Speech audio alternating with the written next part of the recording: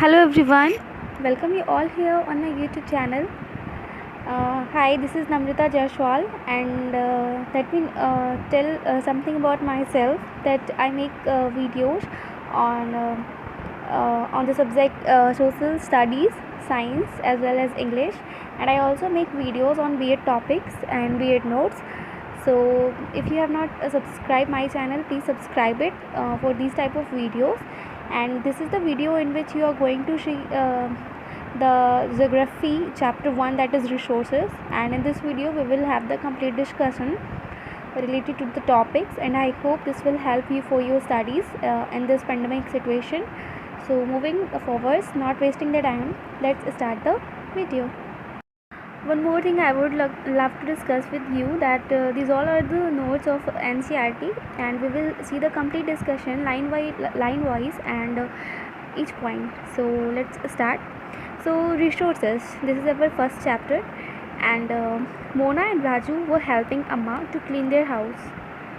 Look at all these things: clothes, utensils, food grains, combs, this bottle of honey, books. Each of these has a use, shared Mona और राजू जो है दे were helping there mama. वो अपनी mama की help कर रहे हैं, अम्मा की हाउस को क्लीन करने में, और उन्हें बहुत सारी चीज़ें दिखाई देती हैं like clothes, utensil, food grains, ये सारी चीज़ें उन्हें दिखाई देती है। मोना कहती है each of this has a use, सबका कोई ना कोई यूज़ है, that is why they are important, said Amma. Amma कहती है कि ये सारी चीज़ें जो है, जो भी यहाँ आप देख रहे हो, उन सब का यूज़ है, इसलिए ये चीज़ें इंपॉर्टेंट है। These are resources. What is the resources? First Raju's question to Amma. Amma कहती हैं कि ये सारी चीज़ें क्या हैं? रिसोर्सेज है। तो राजू उनसे पूछता है, अम्मा what is the resources? Resources क्या है? Then Amma said, anything that can be used to satisfy a need is a resource, replied Amma. अम्मा कहती है कोई भी चीज़ जिसका आप यूज़ कर रहे हो और जिसके यूज़ से आपको सेटिस्फैक्शन मिल रही है, that is resources. Look around you and observe. You will be able to identify many types of resources. The water you drink when you are thirsty, the electricity you use in your house, the rickshaw you see, the rickshaw you use to get home from school, the textbook you use to study, all are resources. अम्मा उसे बताती हैं आपको जब प्यास लगती है तो आप पानी पीते हो, तो पानी भी आपके लिए रिसोर्सेज है, क्योंकि वो आपको सेटिस्फाई कर रहा है। आप रिक्शा जब यूज़ करते हो घर आने के लिए, वो भी आपके लिए रिसोर्सेज है, क्योंकि that rickshaw is helping you to get you to your homes. जो टेक्स्ट बुक आप पढ़ रहे हैं, दिस इज़ ऑल्सो रिसोर्सेज, क्योंकि इससे भी आप कुछ सीख रहे हैं, इसका आप यूज़ कर रहे हैं। Your father has prepared a tasty snack for you. The fresh vegetable he has used are also resources. आपके पापा ने आपके लिए कुछ टेस्टी स्नैक्स बनाया है, और उन स्नैक्स को बनाने के लिए उन्होंने जो भी फ्रेश वेजिटेबल्स का यूज़ किया है, वो भी रिसोर्सेज है। Okay, so water, electricity, rickshaw, vegetable and text book have something in common. इन सब में कोई चीज़ कॉमन है। They have all been used by you, so they have utility. इन सारी चीज़ों का आपने यूज़ किया है, इसलिए इनकी यूटिलिटी है। And now what is utility? Utility और usability is what makes an object और सब्सटेंस और रिसोर्सेज। यूटिलिटी और यूजेबिलिटी जो क्या है, वो किसी भी ऑब्जेक्ट को या किसी भी सब्सटेंस को एक रिसोर्स बनाती है, क्योंकि तभी हम उसका यूज़ कर पाते हैं। अगर कोई ऑब्जेक्ट है और उसका हम यूज़ कर रहे हैं, तो वो उसकी यूटिलिटी है, उसकी उपयोगिता है, उसकी यूजेबिलिटी है। तो यूटिलिटी और यूजेबिलिटी किसी भी ऑब्जेक्ट को, किसी भी वस्तु को क्या करती है? रिसोर्स बनाती है। How does something become a resource? Raju now wanted to know. अब राजू ये जानना चाहता है कि कोई भी चीज़ कैसे रिसोर्स बन जाती है। Amma told the childrens that things become resources only when they have a value. फिर उन्हें अम्मा बताती हैं कि कोई भी चीज़ जो आप यूज़ कर रहे हो, वो रिसोर्सेज तब बनती है जब उसका वैल्यू होता है। इट्स यूज़ और utility gives it a value. अब वैल्यू कब आती है? जब उसके पास यूटिलिटी होगी, जब उसका हम यूज़ कर रहे हैं। सपोज़ आप एक पेन का यूज़ कर रहे हो, और वो जो पेन है आपके लिए वैल्यूएबल है, उसकी वैल्यू है, क्योंकि आप उसको यूज़ कर रहे हैं। अम्मा ने ऐसा उसे कहा कि इट्स यूज़ और utility gives it a value. अगर किसी भी ऑब्जेक्ट का यूटिलिटी है या आप उसे यूज़ कर रहे हैं, तब वो ऑब्जेक्ट आपके लिए वैल्यूएबल हो जाएगी। Value means worth. इसकी कीमत होती है। Some resources have economic value, some do not. कुछ रिसोर्सेज ऐसे होते हैं जिनका इकोनॉमिक वैल्यू होता है, जबकि कुछ ऐसे भी होते हैं जिनका इकोनॉमिक वैल्यू नहीं होता। फॉर एग्जाम्पल, मेटल्स में have an economic value, a beautiful landscape में नॉट। जैसे कि एक मेटल, कोई भी मेटल लीजिए, उसका एक इकोनॉमिक वैल्यू है, उसे आप पैसे में ख़रीद सकते हैं या बेच सकते हैं। बट एक ब्यूटीफुल लैंडस्केप जिनकी यूज़ भी है, जिनको आप देखते भी हैं, जिसकी यूटिलिटी भी है, जो आपको सेटिस्फाई करती है, लेकिन इसका कोई भी इकोनॉमिक वैल्यू नहीं है।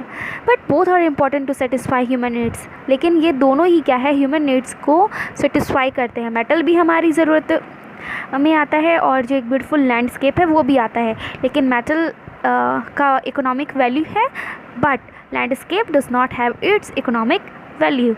Some resources can become economically valuable with time, but कुछ resources ऐसे होते हैं वो according to time valuable हो जाते हैं।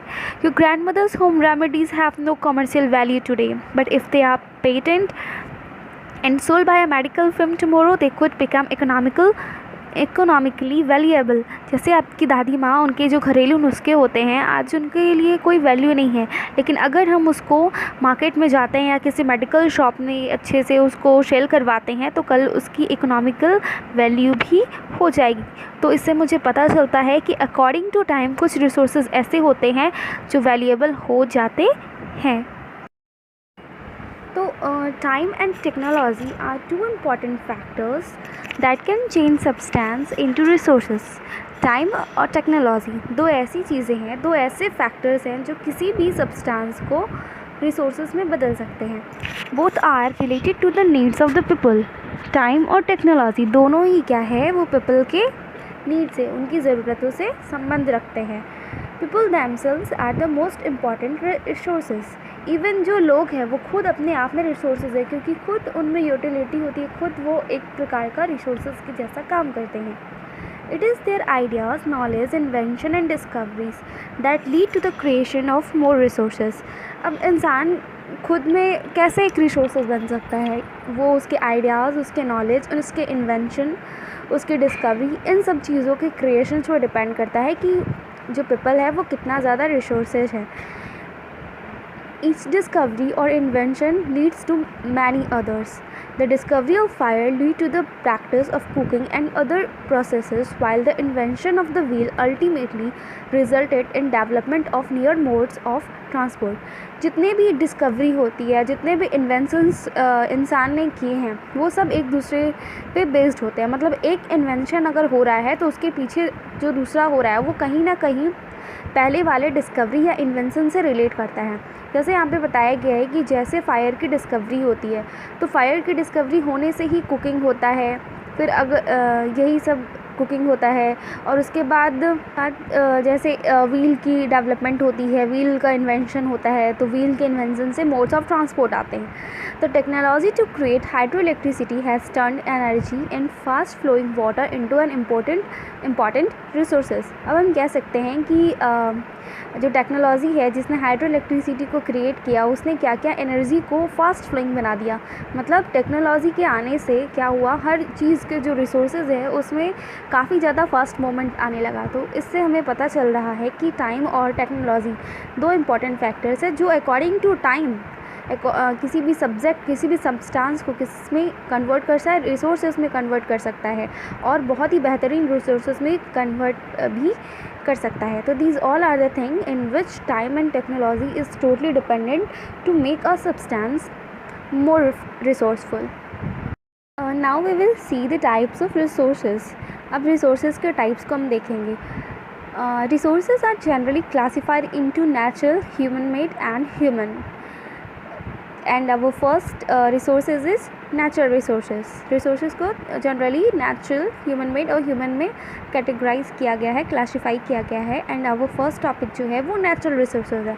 तो हम लोगों ने जैसा कि जाना कि रिसोर्सेज क्या है, कि कोई भी चीज़ जिनका हम इस्तेमाल कर रहे हैं, जो हमारे यूज़ में आ रही है, जो हमारे लिए यूटिलिटी है, जो हमारी ज़रूरतों को पूरा कर रही है, वो रिसोर्सेज है। और नेचुरल जो हमें प्रकृति से मिलती है। तो इसका मतलब है कि वो रिसोर्सेज जो हमें नेचुरली मिल रहे हैं, resources that are drawn from nature and used without much modification are called natural resources. मतलब these are those resources that we are getting from nature, like the air we breathe, the water in our rivers and lakes, the soils, minerals are all natural resources. ये सारे क्या है, natural है. जो हवा हम सांस के रूप में लेते हैं, जो पानी नदियाँ में है, तालाब में है, मिट्टी, मिनरल्स, ये सारे क्या है, हमारे लिए नेचुरल रिसोर्सेज है, क्योंकि ये जो है हमें नेचुरली मिल रहे हैं. Many of these resources are free gifts of nature and can be use directly. In some cases, tools and technology may be needed to use the natural resources in the best possible way. कुछ ऐसे resources हैं जिसे nature ने हमें freely gift किया है, जिसका हम डायरेक्टली यूज़ कर सकते हैं. जैसे द एयर वी ब्रीथ, वो नेचुरली हमें गॉड ने, नेचर ने फ्रीली गिफ्ट किया है. लेकिन कुछ ऐसे भी नेचुरल रिसोर्सेज हैं जिनको यूज़ करने के लिए हम कुछ टेक्नोलॉजी का यूज़ करते हैं ताकि उसका बेस्ट यूज़ हम कर सकें. एग्ज़ाम्पल के लिए मान लीजिए आप कुछ मिनरल्स का यूज़ करना चाहते हैं जो कि अर्थ के अंदर पाया जाता है, तो हम उन्हें डायरेक्टली नहीं यूज़ कर सकते क्योंकि these are very deep inside the earth. And to get all the natural resources we have to use some technology. कुछ हमें टेक्नोलॉजी का यूज़ करना पड़ेगा. तो इससे हमें ये पता चलता है कि some natural resources that can be taken very easily, but some are those type of natural resources. For that we have to use some technology ताकि हम उसका बेस्ट पॉसिबल यूज़ कर सकें. So today in this class आज हम यही तक discuss करेंगे, and in the next video we will discuss more things of this chapter. And I hope आपको ये पूरी अच्छी तरह से क्लियर हो गया हो. And one more thing I would love to share with you that the classes of class 8 science is already running in my teachment account, and I will mention here this is the classroom ID. You can use this and enroll yourself to my class directly. And if you have any queries, you can comment in the comment section, and if you want the notes you can also tell me. So please stay tuned with me and wait for the next video of this chapter. So thank you everyone, and if you have not subscribed my channel yet, you can subscribe it for this type of video. Thank you.